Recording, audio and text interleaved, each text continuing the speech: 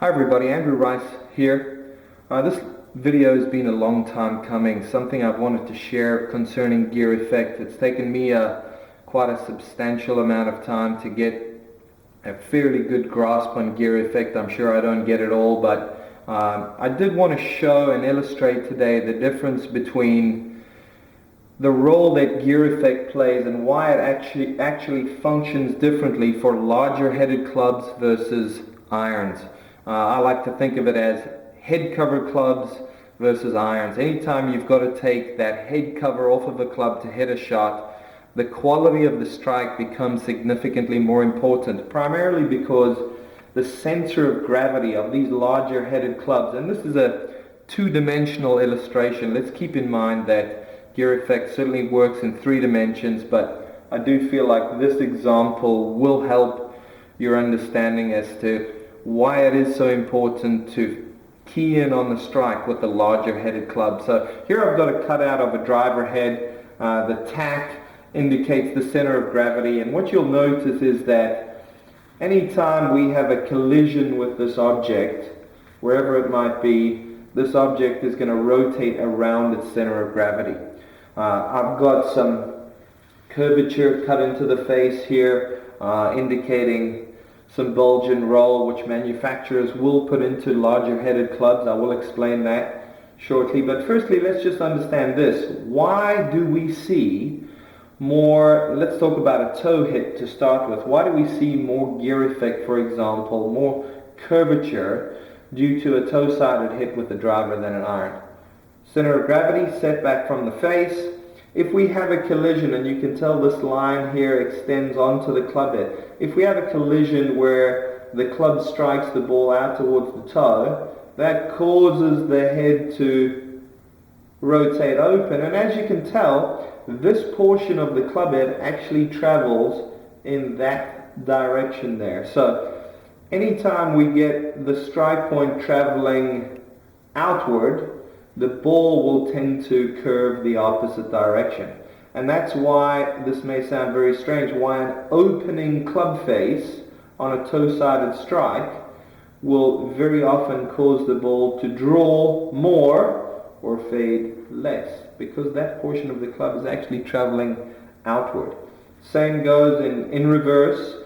For a heel-sided strike, you'll see the line there. The collision occurs way in the heel. That closes the face travels in that direction.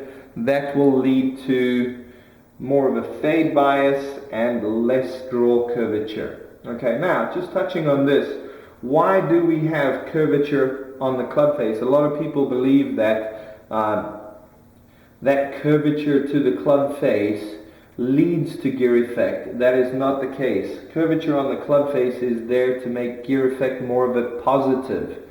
This portion of the face, if this is curved, this portion of the face, let's say, is completely square. If you strike the ball out towards the toe, due to the curvature, this portion of the face will project the ball more to the right. Well, we know now that larger headed clubs, you hit them out on the toe, we're going to get the toe traveling this direction. That'll curve the ball in the opposite direction. Anytime we can get the ball to be projected further to the right, for this example you're looking at, it'll get the ball to curve back to the target. Launch it more to the right and curve it back to the target.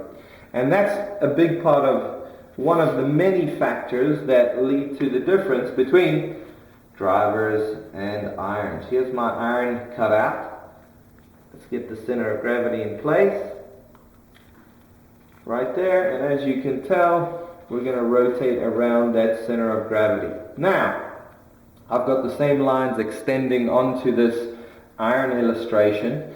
You'll notice if we get a strike out towards the toe, the face twists open, and just to be clear, we will get quite significantly more twist on irons than we will on driver, simply due to club head design.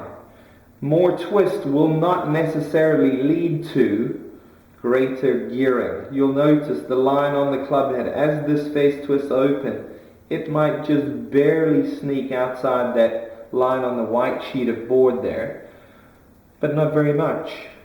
Not very much. That's why we do have some gearing that occurs with irons, but not nearly as much as the larger headed clubs, because the center of gravity is closer to the club face, and thus when we have twisting around that point, there's very little lateral shift to the strike point.